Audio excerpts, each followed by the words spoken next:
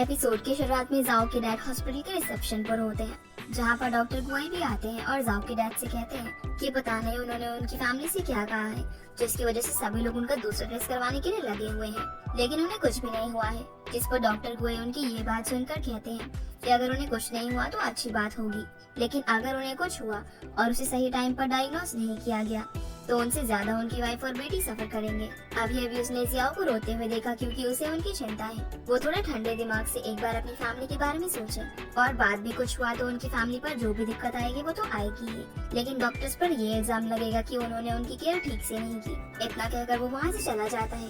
Scene change होता है और जाओ की मॉम उसे बताती है कि उसके डैड दूसरे टेस्ट के लिए मान गए हैं, जिस पर जाओ सोचती है कि उसने तो अभी भी डांट खाई थी उन्हें दूसरे टेस्ट के लिए बोलने के लिए और अब वो टेस्ट करा रहे हैं, और वो थोड़ा रिलीफ भी महसूस करती है कि उसके डैड टेस्ट के लिए मान गए। टेस्ट के बाद उनको पता चल जाता है कि जाओ के डैड को सच में स्टमक कैंसर है। इस बात को जानकर जाओ और उसकी मॉम बहुत रोती है। वहीं डॉक्टर गाओशी गुआई को कांग्रेचुलेट करती है क्योंकि उनके ही जल्दी डायग्नोसिस से उन्हें इसका पता लगा था। वो गुआई को ऑपरेशन करने के लिए भी कहती है, लेकिन वो मना कर देता है और कहता है कि उसने अपना ट्रांसफर लेटर पहले ही वाइस प्रेसिडेंट को दे दिया है, इसीलिए अब तक उन्होंने उसकी जगह के लिए किसी को ढूंढ भी लिया होगा।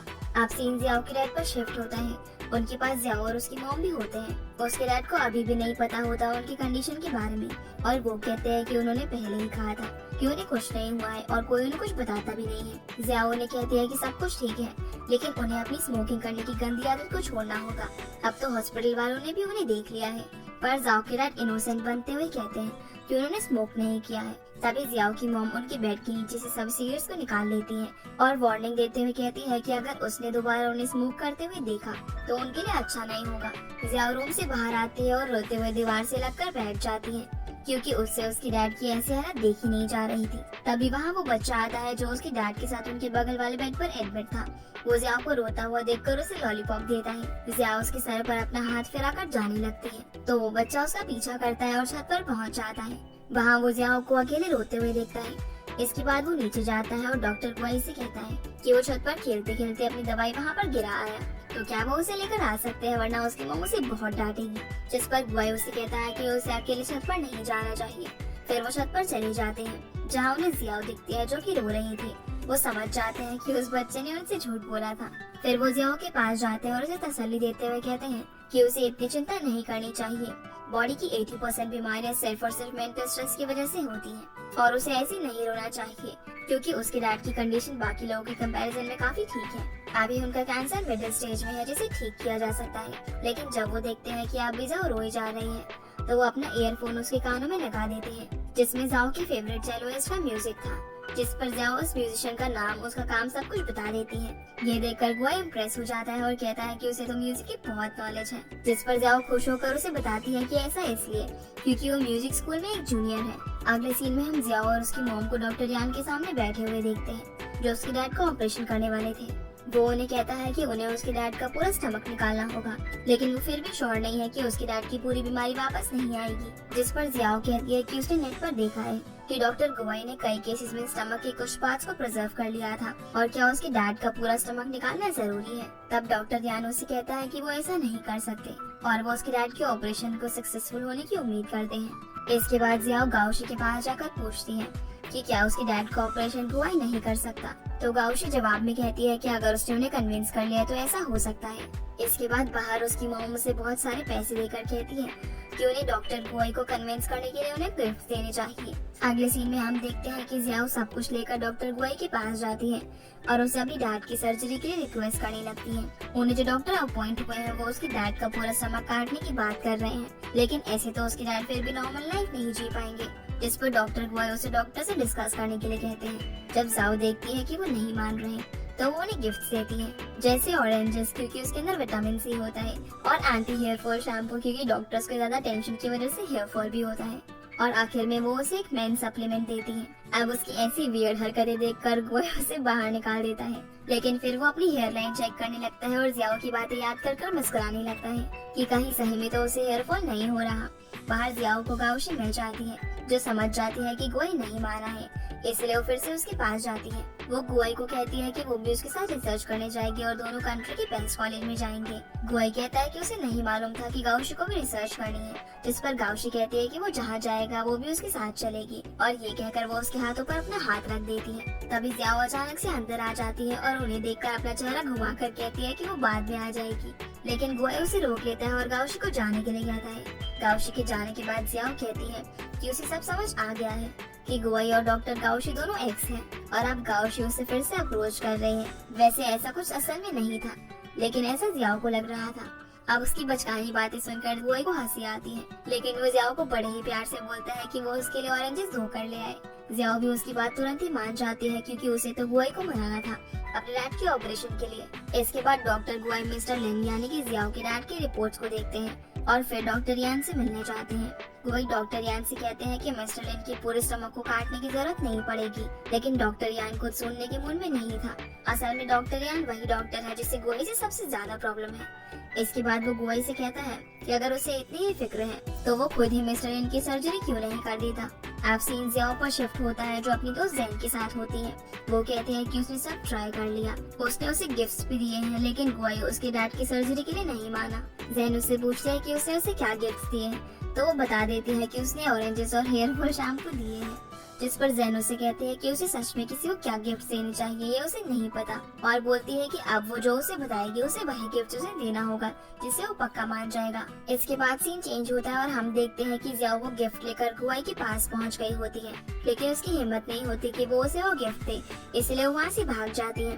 और हमें पता चलता है कि वो गिफ्ट असल में पैसों से भरा हुआ एक एनवेलप है, जो कि एक तरीके से रिश्वत है। इसके बाद वो गुआई का इंतजार उसके ऑफिस के बाहर करने लगती है और डिसाइड करती है कि अब वो उन्हें ये एनवेलप दे ही देगी। गुआई के आने पर वो उनसे बात करने का समय मांगती है, जिस पर गुआई कहता है कि ये उसके डिनर का वक्त है, इसलिए वो दोनों कहीं बाहर चलकर डिनर करते हुए बातें करते हैं, जिसके लिए जियाओ तुरंत मान जाती है और कहती है कि ट्रीट उसकी होगी। अब जब गुआई चेंज करने के लिए जाता है तो वो जेन को कॉल करके एक अच्छा सा रेस्टोरेंट बुक करने के लिए कहती है।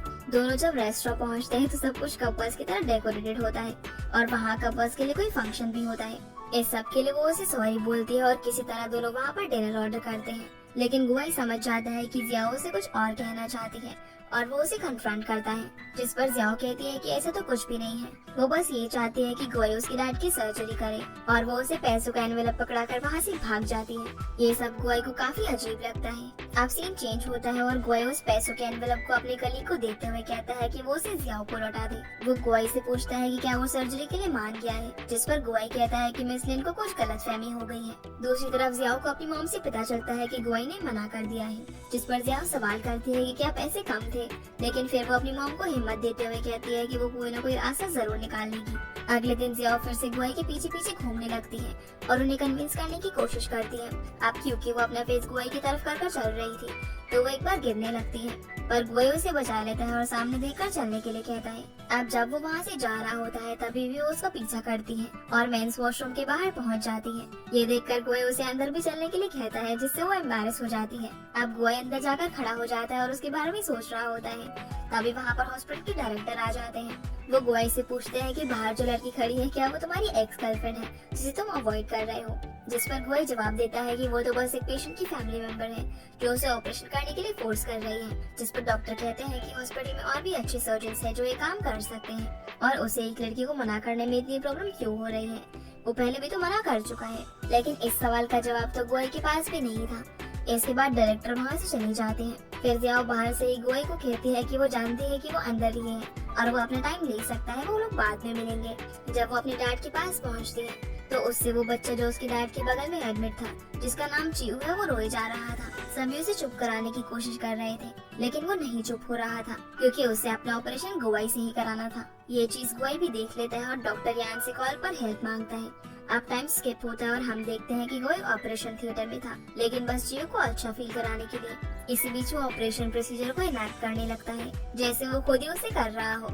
अब गुआई जब यहाँ से बाहर जाता है तो उसे जियाओ मिल जाती है और वो उससे अपने ऑफिस में कुछ बात करने के लिए ले जाता है। ऑफिस में जियाओ के हाथ से एक पिगी बैंक टूट जाता है, जिस पर गुआई उसे कहता है कि ये चियू के लिए था क्योंकि उसका बर्थडे आने वाला है। इस पर जियाओ कहती है कि वो इसे खूब सारे बैंडेज लगाकर जोड़ देगी।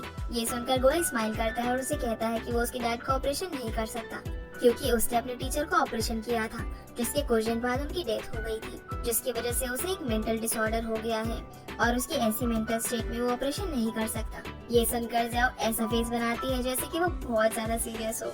फिर वो कहती है कि क्या उसका दिया हुआ शैम्पू काम कर रहा है, क्या उसका हेयर फॉल रुका, और फिर वो चली जाती है और उसकी बातें सोचकर गुआई को हंसी आ रही थी। दूसरी तरफ गुशाओ ज़ेन को ड्रिंक्स पर इनवाइट करता है, जहाँ दोनों ड्रिंक्स का कंपटीशन करते हैं और गुशाओ कुछ ड्रिंक्स के बाद बेहोश हो जाता है। जब वो उठता है तो उसके चेहरे पर बेवकूफ लिखा हुआ था, जिसे देखकर वो ज़ेन को कॉल करता है और कहता है कि वो उसे जरूर मिलेगा। सीन चेंज होता है जहाँ पर जियाओ के एक दोस्त अपने बीएफ के साथ जाओ के डैड को देखने आती है, जहाँ मिस्टर लिन उसे पोस्ट ग्रेजुएशन फॉरेन से करने का सजेस्ट करते हैं। जब वो ये कहते हैं कि वो म्यूजिक डिपार्टमेंट में जियाओ के लिए भी बात करेगी, तो उसके डैड कहते हैं कि वो फॉरेन में भी उनकी नाक कटाएगी, जिस पर जियाओ जवाब देती है कि जब वो बहुत ही अच्छी और बड़ी चेलोइस्ट बन जाएगी तो वो सिर्फ अपनी मॉम को फॉरेन ले जाएगी। अब जियाओ की दोस्त उसे बाहर ले जाकर समझाती है कि उसे अपने डैड से इस तरीके से बात नहीं करनी चाहिए, जिस पर जियाओ उसे कहती है कि अभी उन्हें नहीं पता है कि उन्हें कैंसर है और वो सब बस उन्हें नॉर्मल और चेयरफुल रखने की कोशिश कर रहे हैं। फिर जियाओ की दोस्त उसे कहती है कि एक गुड न्यूज है, जो चलो स्कूल के बैंड में थी वो इमरजेंसी के कारण कहीं पर चली गई है,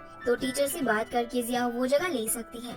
अब ये सुनकर जियाओ तुरंत ही कॉलेज जाती है, लेकिन उसके टीचर उसे कहते हैं कि चेलोइस्ट की सारी जगह भर चुकी है, वो नेक्स्ट टाइम ट्राई करे। ये सुनकर जियाओ सैड हो जाती है और वापस से हॉस्पिटल जाकर छत पर चली जाती है, जहाँ उसके पास गुआई आता है। वो उसे बताती है कि चेलोइस्ट बनना उसका सपना है, लेकिन उसकी बेवकूफी की वजह से उसके टीचर ने उसे कॉन्सर्ट में ट्रायंगल बजाने के लिए पकड़ा दिया है, जिस पर गुआई कहता है कि उसे तो खुश होना चाहिए कि एक कॉन्सर्ट में चेलोइस्ट तो कई होते हैं लेकिन ट्रायंगल कोई एक ही बजाता है, जिस पर जियाओ कहती है कि उन्हें उसे कंसोल करने की जरूरत नहीं है, उसने हार नहीं मानी है, बस वो अपसेट है और एक दिन वो बहुत ही बड़ी चेलोइस्ट बनेगी। इसके बाद जियाओ गुआई से पूछती है कि एग्जैक्टली उसके टीचर के साथ क्या हुआ था, क्योंकि उसने उस पर बहुत सोचा, मगर जो जवाब उसने स्टार्टिंग में दिया था वो उसके लिए सेटिस्फाइंग नहीं था। जिस पर गुआई बताता है कि उसने अपने टीचर के पैनक्रियास का ऑपरेशन किया था, जिसके कुछ दिन बाद उनकी एक्यूट हेमरेज से डेथ हो गई, जिसके बाद से उसे मेंटल डिसऑर्डर है। यहाँ जियाओ उसे समझाते हुए कहती है कि उसने उस इमरजेंसी ऑपरेशन वाले दिन देखा था कि ऐसा क्यों हुआ, क्योंकि गुआई ऑपरेशन के बाद उसके कॉन्सिक्वेंसेस को कुछ ज्यादा ही एक्सट्रीम लेवल से सोचता है और उसे ऐसा लगता है कि सब कुछ बस उसी की रिस्पॉन्सिबिलिटी है, मगर ऐसा नहीं है। उसे बहुत लोगों ने समझाया होगा और वो भी कह रही है जो हुआ उसमें उसकी गलती नहीं थी और न ही उस एक्यूट हेमरेज पर उसका कंट्रोल था। उसे ऐसा लगता है कि उसकी गलती थी, लेकिन सच्चाई ये है कि जो भी हुआ उसके अंदर उसकी कोई गलती नहीं थी और न ही उसका किसी चीज पर कंट्रोल था। जिस पर गुआई उससे पूछता है तो उसका क्या कभी उसे हेल्पलेस फील हुआ है, जिस पर जियाओ जवाब देती है कि ऐसा नहीं होता, उसे तो ऐसी सिचुएशन आगे बढ़ाने के लिए एनकरेज करती है। इस पर गुआई उसे बच्ची कहकर एड्रेस करता है और वो भी किसी बच्ची की तरह कहती है कि वो एक एलिगेंट लेडी है, ना कि कोई बच्ची। गुआई उसे बताता है कि वो उसके कॉलेज का सीनियर है, जो सुनकर जियाओ खुश भी होती है और सरप्राइज भी। तभी जियाओ को उसके डैड का कॉल आता है और वो जाने लगती है, लेकिन बीच में रुककर वो गुआई से कहती है कि चाहे वो उसके डैड का ऑपरेशन करे या फिर ना करे, वो सच में बहुत ही अच्छा डॉक्टर है और उसे हार नहीं माननी चाहिए। टाइम स्किप होता है और गुआई के पास आकर उसका कलीग एक इमरजेंसी बताता है, जहाँ एक बच्चे का ऑपरेशन उसी हॉस्पिटल में हुआ था, लेकिन अब वो बच्चा बेहोश हो गया है और उसके डैड बहुत ही गुस्से में है क्योंकि उसे ब्लीडिंग भी हो रही है।